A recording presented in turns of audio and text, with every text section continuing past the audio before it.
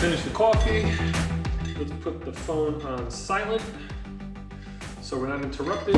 All right, ladies and gents, we're doing it today, our proper Q&A video with Dave B. Sells Chevy. I put that post up yesterday. You guys are awesome. You left a whole bunch of questions in the comments. So I got 5 pages of stuff to kind of go through and talk about with you. I really appreciate it. And you know, this may be one of my longer uploads because of that, because I'm gonna kind of let the camera go and just run through the stuff and you know, see where it takes us. But what's that? Oh, these? Oh, these are marathon medals that I got for running marathons. So yesterday I was laying in bed, I got a comment that said I was running from a question, and there's no reason for me to run from a question, so I'm getting a little bit of a wise guy right now. But I did want to talk to you about running. So, you know, this is the question I'm gonna ask myself. Have you ever run a marathon? Why, yes, I have run a marathon. Actually, I've run 4 of them. And I started running marathons just for the sake of doing something, you know, rather than spectating, I wanted to do it. You know, so back in like November of 17, I was talking to my wife. I was like, yeah, I want to feel like I want to run a marathon. Up until that point, I would run about 7 or 8 miles, maybe, you know, every couple of days. So I was an active runner, just not that amount of miles. So she encouraged me to find one and sign up, and I found one online that night. And I said, well, here's one in New Jersey. It's in April. You know, maybe I'll think about it. And she said, no, do it now. Sign up. Get yourself committed. So I did just that. I got myself committed. In that April, I ran my first marathon, which was in New Jersey, down the Jersey Shore. I ran this one in 3 hours and 48 minutes. That was the first one I ever ran. It's quite an experience. So the next one was in November. This is Philadelphia with a Liberty Bell. And Philadelphia was the coldest one I ever ran. It was about 31 degrees the entire time. It was also my fastest time, 3 hours and 24 minutes. After that, we ran Gettysburg. Gettysburg was in, I think, April or May of the following year. Does this have a date on it? What was real special about this one was me running marathons and getting involved, got my family involved. So my sister, brother-in-law, and parents all ran a half marathon the same day that this full marathon took place. This one was a little hilly. I did this one in 3 hours and 38 minutes. And the last one was this one right here. This was probably my favorite of the bunch, the Marine Corps Marathon down in DC. I just ran this one last November. It rained literally the entire time I was running. And when I say rain, I mean complete and utter downpours, flooded streets, wind. It was nuts. I did this one in 3 hours and 27 minutes, which was literally only 3 or 4 minutes off a PR, personal record for myself. But anyway, I enjoy running. If you guys have any questions about running, you want any advice about running, you know, comment below, man. I'm happy to help anybody out. Let me get these hung up on the wall. I'm gonna put these in the order that I ran them, because that'll be cool. I decided to put this little Jeep thing up on the wall here that I bought when I had my Wrangler, and now I have the perfect spot to put my marathon medals. Now, I did have a marathon planned in New Jersey again. I was gonna run the same one again. This April, obviously it was canceled, and I have another one booked for September up in Corning, New York. So the New Jersey one was rescheduled for, I think, November. So right now I had nothing planned until I think September and November. I'll run 2 marathons. Right now, I just got back into running as of yesterday because I took some time off. I'm doing right now a 5K a day. So every morning I wake up, I go outside, I do a 5K, and then I come in and shower, breakfast, the whole shebang. All right, folks, let's get started here. First question, and I'm gonna put the questions on the screen, but I don't know if I'm allowed to put it with your name and like your little profile picture, so I'm gonna leave that out, but I'll put the question up. Maybe if somebody knows if that's allowed or not, you can let me know. First question, when did you start YouTube and what made you decide to do it? So I officially started YouTube where I committed to doing it in May of 2018. Prior to that, for probably about a year and a half, I watched, I dreamed, I thought, I tinkered around with it. I bought stuff I never used, and you know, I didn't really commit to doing it. So as of May of 2018, so we're coming up on 2 full years almost that I've been committed to trying to build a channel. And I decided to do it just based on watching my favorite YouTubers. You know, I watched people put their life out there on the computer and with a ton of creative ideas and just have fun doing it and make a lot of money doing it. So money is definitely one of the main drivers that most people, including myself, decide that they want to start. It's quickly the reason why they quit, because I'm into this now for 2 years. I put up about 180 videos and I made probably about $6,000, you know, $600 to $6,500 off those videos since I've been able to monetize, which was March of last year. So basically a year that I've been monetized. It took me a year, it took me 8 months to 9 months just to get to the point where I can put ads on the video. So, you know, if you're new and you're starting something like this, you got to have a reason to do it. And the secondary reason, obviously, was to put content out there about the automotive sales community and Chevrolet product, figuring I can then put those videos to Facebook and try to build a community there and maybe get local people to come in and buy cars and, you know, that sort of stuff. And that's I think what's the most fun about it is that you're actually helping people. So like my best video was a 4.5-minute video showing the difference between a Traverse and a Tahoe. To date, I think that video has like 160,000 views, and you know, it made me $1,500, which is great. But think about the 160,000 people that watched that because they were searching for that content and they got some answers. If you can find something that helps people out and then you make money at the same time, well, that's great. Next question, best advice on how to get the best deal when buying a new car. This is such a tough question to answer because there's so many variables, but here's what I would do, all right? You're gonna start on the computer. Let's say you wanna find information or you wanna look at a Chevy Traverse. You can go online, there's third-party sites all over the place where you can find everything you need to know about the pricing. The invoice, the rebates, you know, the programs, everything. Once you have all that information and you kind of have an idea of what you're looking to get or buy, and you have a range in the price, you're gonna visit a dealership. What I would do before you visit that dealership is call them. Call them up, you're gonna get a receptionist on the phone.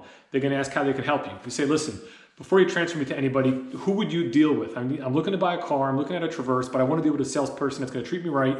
Who would you send your family to? Your mother, your father, your kids, you know, whoever. Now you're catching that receptionist off guard. So they're most likely just gonna answer you honestly. They're gonna throw a name out there.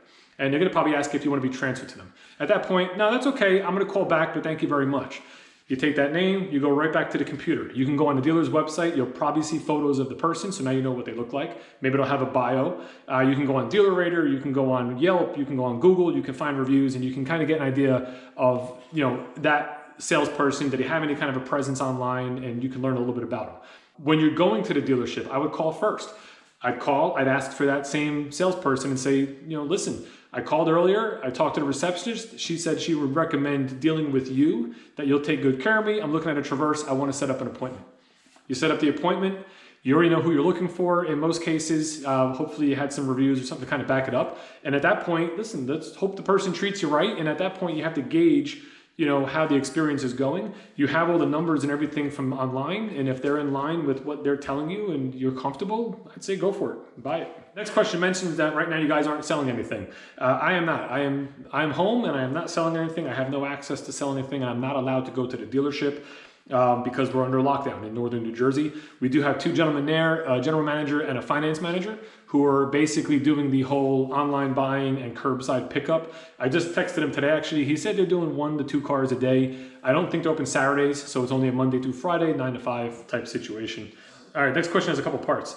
When you bought and traded the Corvettes, did your wife have a problem with it when you came home driving them? At the time, I was single, so I answered to nobody. And that was a great time. Do you ever sell family members and close friends cars? I do. I got a bunch of friends that consistently buy cars for me, and family as well. I do have family that buy cars elsewhere. You know, I help my best friend broker a deal through a Jeep store. So like, I'm willing to help family and friends out really in any way possible. They don't have to buy a Chevy if they don't want one. Has there ever been a Chevy vehicle you just disliked or hated to sell? Not really. You know, the cars today are fantastic. Maybe earlier in my career, you know, we had the Uplander. The Uplander was like, as far as the vehicle. You know, if you don't stand behind what you're selling, it's not necessarily fun to sell it. But, you know, you find the positives and you point out the good things and, you know, you kind of go from there. Last question here. How many hours per day do you work at the dealership? So we have like an 8-hour day. We have a 11.5-hour day. It's kind of broken down. We have a day off during the week. I do like 45 scheduled hours, which equals probably like 50 because you tend to go in and stay late and you know, stuff like that if you have business. Next question, why did you decide to have a YouTube channel? We kind of touched on that already. Have you ever gotten in trouble from the dealership with something you said in the video? I came close once. So I made a video when I went down to Atlantic City for the Corvette C8 reveal. And, you know, listen, I'm an honest guy. I'm walking around. I'm at the #1 Corvette store. There's nothing I'm going to say that's going to stop that from happening or take any business from us. But at one point I did talk about how they had so many Corvettes on the lot. And this is why it's probably so hard for us to compete because only 2 hours away from us. And my GM thought I should probably take that out of the video. So I pulled it from YouTube, I cut that out, and I re-uploaded it without that one sentence in it. What makes you the happiest about selling Chevys, and what is the worst part of your job? So what's the happiest and what's the worst? Happiest thing about selling Chevys and selling cars at this dealership is knowing that people truly are getting a good experience. You know, car buying has the worst reputation of anything on the planet. So, you know, to be able to turn that around and have people be happy, that to me makes it all worth it. Worst part of the job, I'd say probably the hour. Not necessarily the hours. I don't mind working the hours. You know, working every Saturday, you tend to miss family events and parties, or you show up late to stuff because you're working every single Saturday. I would say that's probably the worst part. Other than that, I like it. If you weren't a Chevy salesman, what do you think you might be doing? That's a little tough because this is all I know. You know, now I'm good at sales, so you put any kind of product in front of me, and if I study the product enough and you make the calls, I'm sure and confident I can pretty much probably sell anything, so I can move into a different industry. But to me, I like cars. It's fun for me, so I plan on staying here. Until YouTube gets to a certain level where I don't have to sell cars anymore, then I'll be a YouTuber. Last question here. Besides the Corvette Museum, what other car museums do you want to visit? I don't even know of any, to be honest. You know, the Corvette one was just really something I wanted to do because I had a Corvette at that time. But I'll have to look into that. Maybe I'll take a road trip somewhere and make a video at a museum. I like this question. What could Chevrolet do better as a brand? I know you work for them, but no brand is perfect. Correct. No brand is perfect, and they could always do more. I think they need to advertise electric vehicles more. You know, if they're moving into this full electric, which you're starting to see some more ads and stuff like that. But let me tell you, that Bolt is a fantastic vehicle, and I think they should pump it out there. They should pump more advertising out.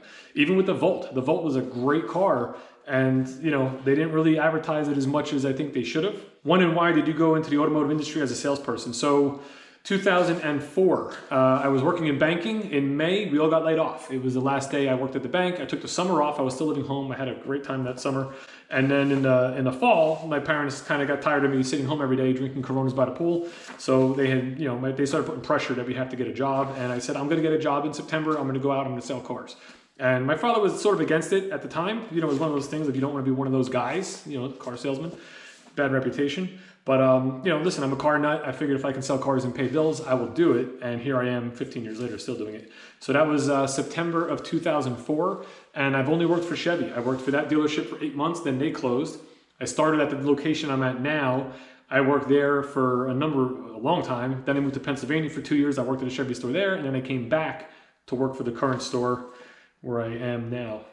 All right, Alex Sells Cars. I'm going to throw his name out there because he's doing sort of the same thing I'm doing. He's selling Toyotas and he's trying to build a YouTube channel. So go check him out. His question is, do you want to go into management? And I really have no urge to go into management. You know, I know I could do the job, and I'm pretty sure I could do the job well, but I would need like ultimate freedom doing that job to build the team that I would want. And, you know, unfortunately in doing that, you got to cut people, you got to let people go. And, you know, I don't know that, I couldn't do it where I currently work, I tell you that. Plus, I like the idea of doing like what I'm doing with videos. I see myself getting more into that aspect of the business and doing more of a marketing end versus a management end. Next question, what is a good quality, maybe literally that Chevrolet has over its competitors in your opinion? This is a tough question because, you know, to me, all cars are fantastic. You know, there's really nothing out there that's not built well these days. You know, whether you're looking at Toyotas or Kias or Hondas or BMWs or, you know, Fords, I mean, they're all good vehicles. If there was one quality that Chevrolet had over everybody else, I'd probably say their OnStar system, which a lot of people think it's not worth it and it's not, you know, something that they need. But let me tell you something, it saves lives. You know, if you're in a car accident and you get knocked unconscious, doesn't matter. OnStar's calling that vehicle to find out if you're okay, and they're going to send help without you having to do anything. You don't have to push a button. It does it by itself. And that's the important difference between our car and some of the other cars that are out there.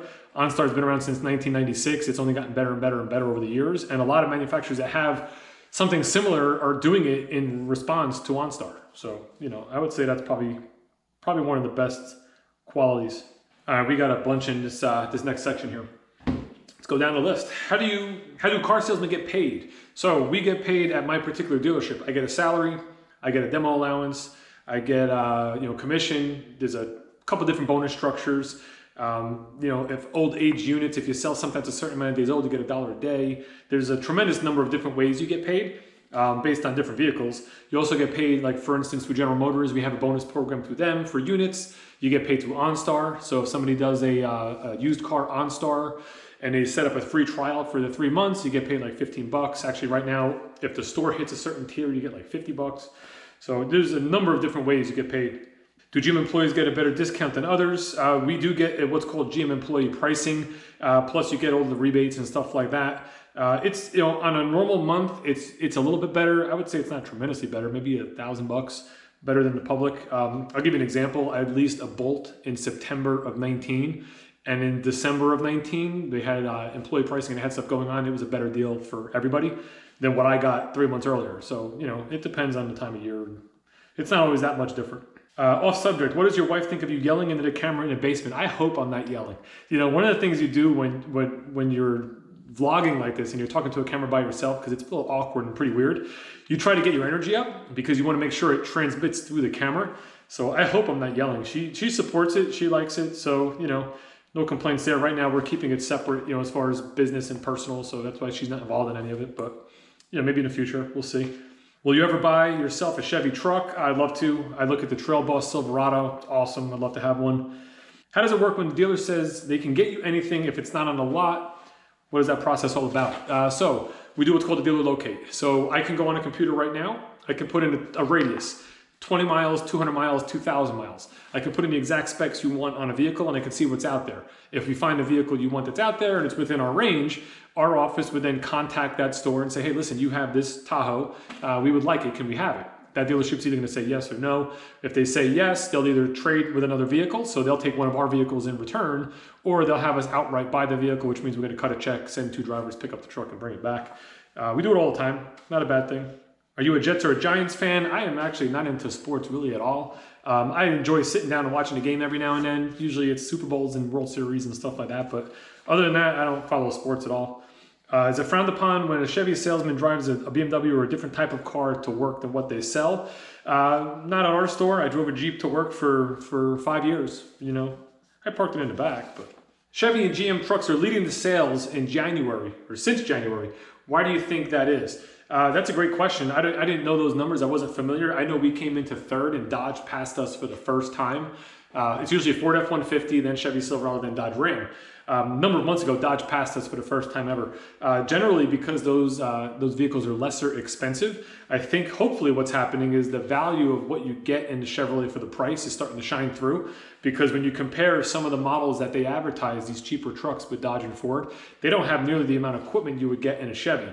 Chevy just looks more expensive, but when you really break it down, you get more for your money. So hopefully that's coming through and salespeople are out there throughout the country doing their job.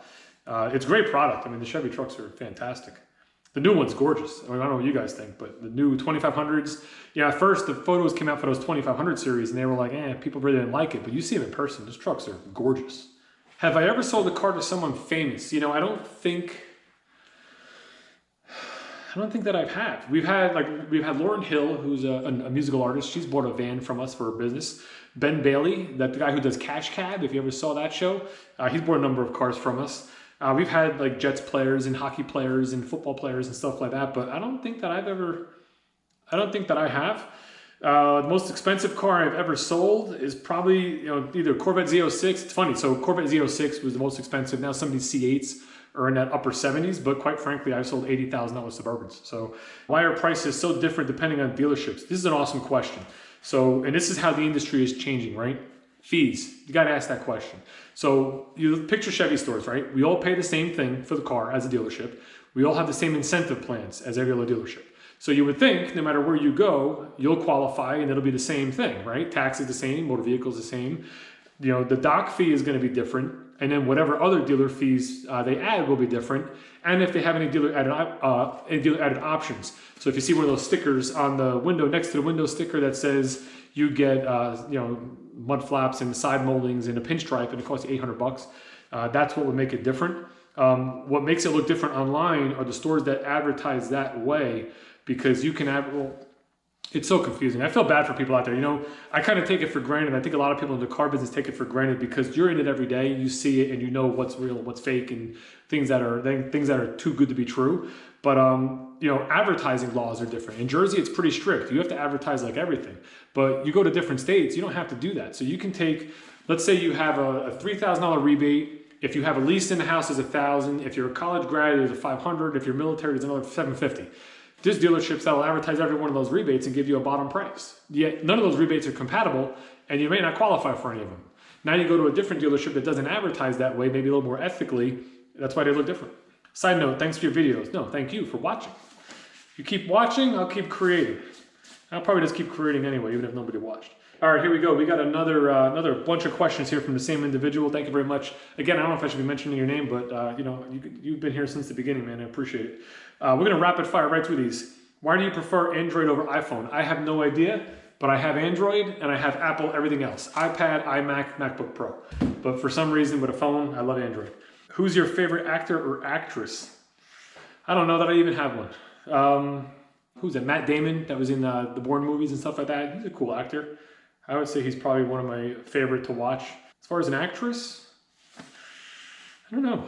Never really thought about it.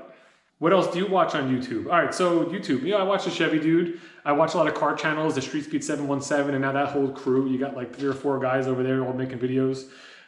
Casey Neistat, which many people know, he's like a YouTube, he's the one who basically, if you watch YouTube vlogs, they're probably based off his style because everybody kind of copies and creates or mirrors his style.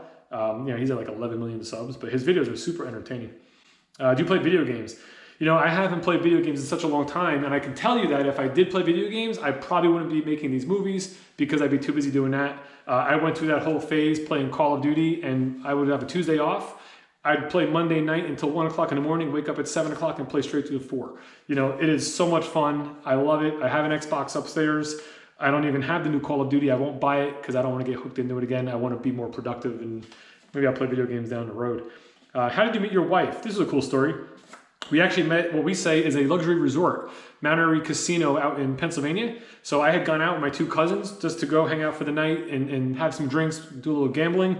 We were actually at the bar, kind of just having conversation, talking, not looking for anybody, nothing like that. 3 girls had walked in. I just happened to mention to my one cousin, Tom, that was standing there. I was like, oh, the girl in the back's pretty cute.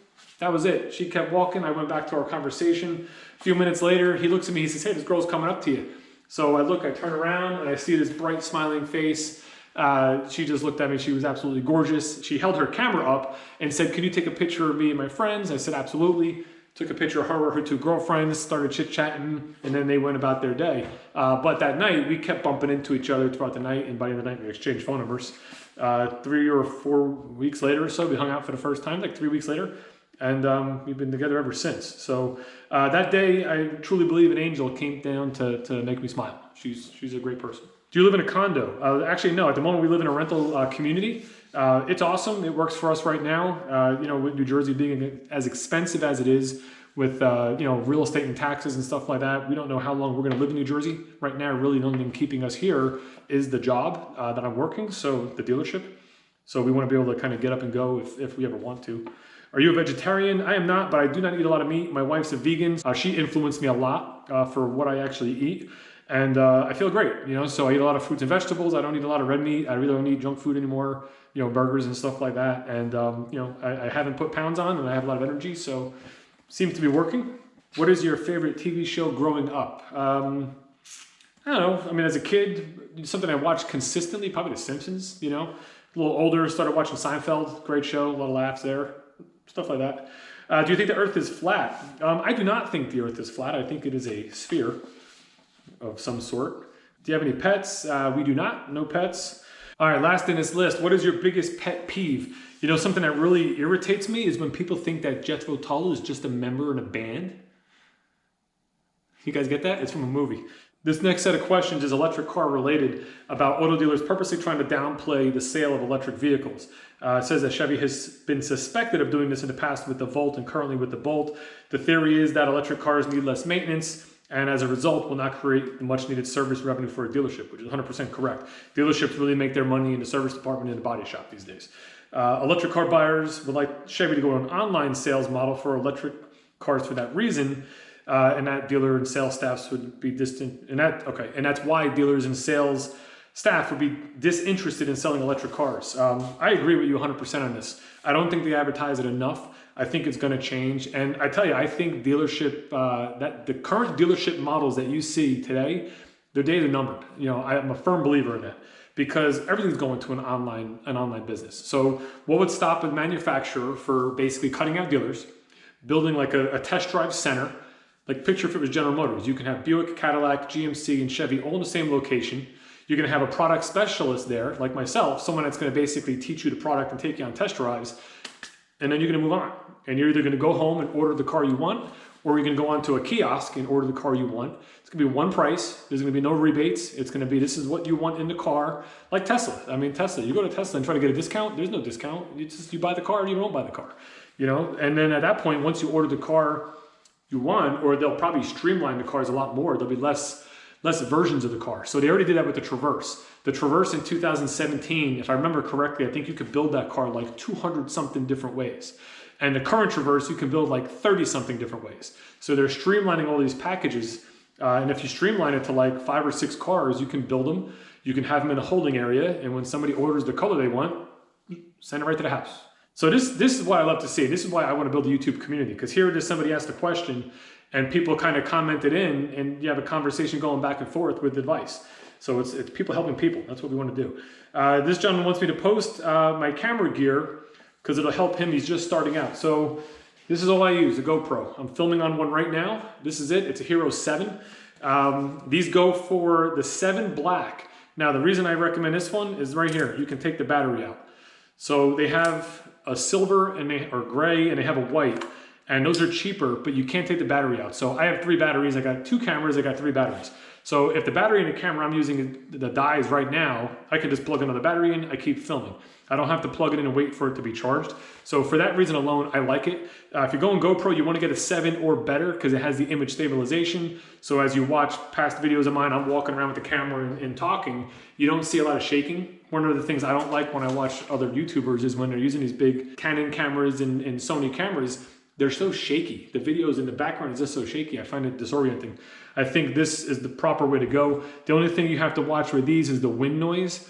You want to, when you're making videos, if they're not quality enough, people are going to turn them off. So like I look at stuff and I've recorded videos and I've gotten home and I'm like, oh, the wind noise is too much and I don't post it. Like I won't put it out there, So the one thing you got to watch is the wind with these. Now there's 3 microphones on it and the software in the camera will actually designate what microphone will work better based on where the audio source is coming from.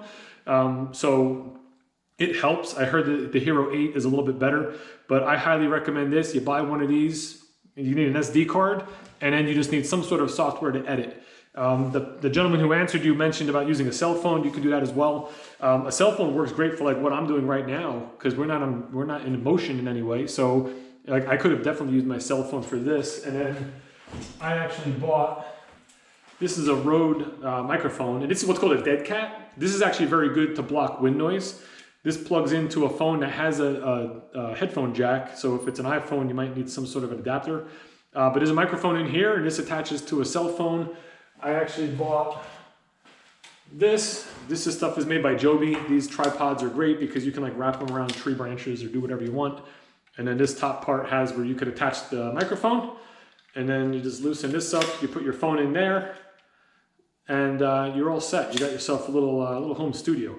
But I wouldn't even go as far as doing any of this yet. To be honest, I've used this as a tripod more often than not at my desk, where I just put the camera right on top of it. So you can get creative. And the goal is when you're starting a YouTube channel, I didn't do it this way, is don't spend a lot of money. What I did in that year and a half that I thought about doing a channel was I bought a Canon G7X, which was like a $700 camera. I didn't even like the way it operated. I didn't like the way it worked. I bought the tripod. I had everything ready to go. I'd get the footage home and I didn't care for the footage. It was too shaky. I didn't like it. So it discouraged me from going further and from doing what I'm currently doing now. I bought a drone, which I barely use. Why? Because I watch guys like Casey Neistat have these epic drone shots and I want to make videos as nice. Well, he's got 20 years of experience. At the time I had none, so start cheap, start small. But if I were you, I'd highly recommend a GoPro Hero 7 or better. All right, so next question. This is actually something we just touched on. Where do you think the automotive industry is headed? Do you think at-home test drives might be a new norm moving forward? I think what we're going through right now, all industries have to look at it as, what changes do I have to implement for this process to get through this pandemic that we're in? And how can I still use that going forward to make it easier for buyers? And we talked about before how I think that eventually dealerships will go to the wayside. and it'll be more of a manufacturer, straight from manufacturer type business.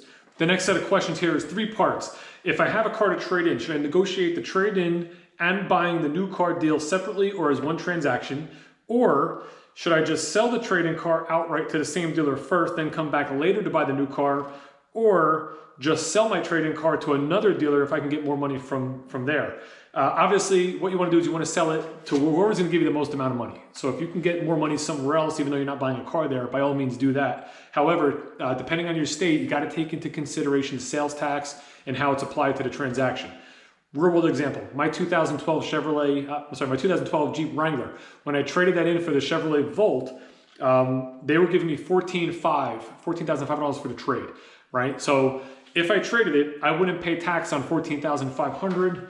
In New Jersey, it's 6.625%. So that's an extra $940 or so.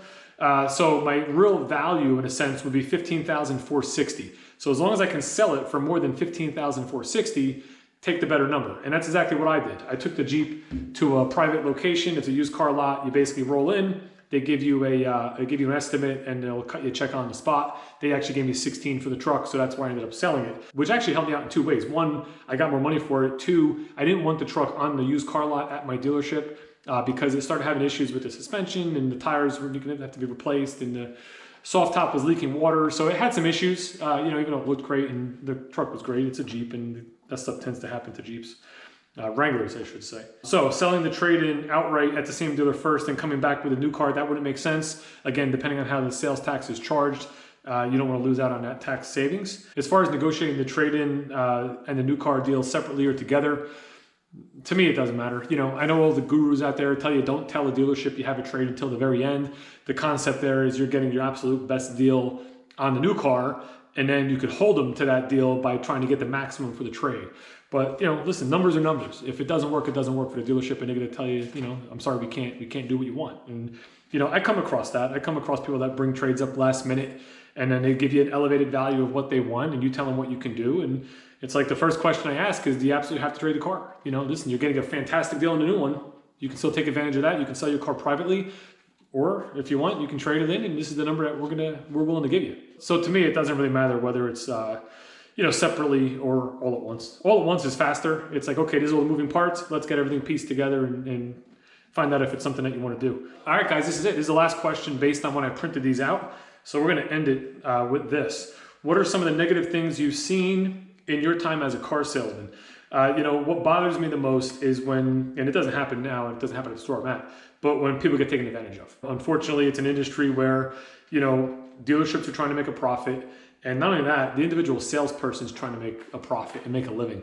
And usually it's the unsuspecting person that comes in that just trusts that someone's there to help them are usually the ones that get hurt the most. And I don't know if you even want to consider it that they get hurt, but maybe they pay more for a car than they should. And it can't happen these days with internet. So a lot of the stuff I'm talking about is in the past, because if a car's priced online and everything's out there for the public to see, well then there's a pretty good chance it's an honest deal.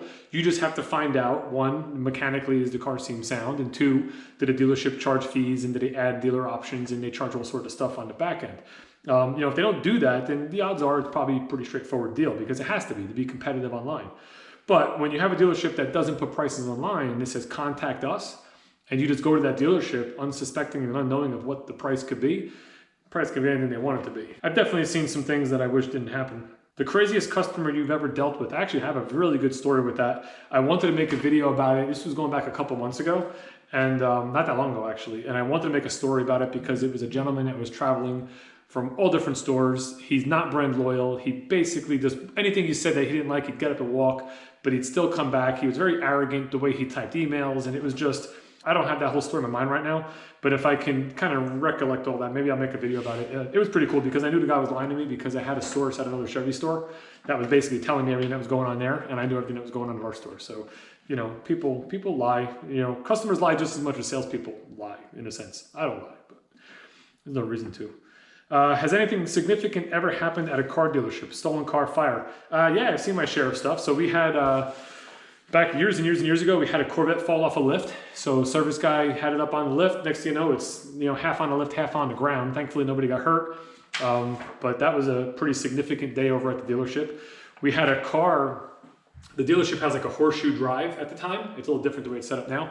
But when you pulled in, you went past the front of the showroom and then you exited back out. And where you exited out, there were cars parked all along the curb there. It was grass, it wasn't even a curb. Now there's all trees there. Back then it was just grass. So we're all in the showroom. All of a sudden you hear like this loud engine, like a car is racing through. And this Jeep Grand Cherokee Hemi V8 comes flying through the lot. I mean, what looked like 50, 60 miles an hour.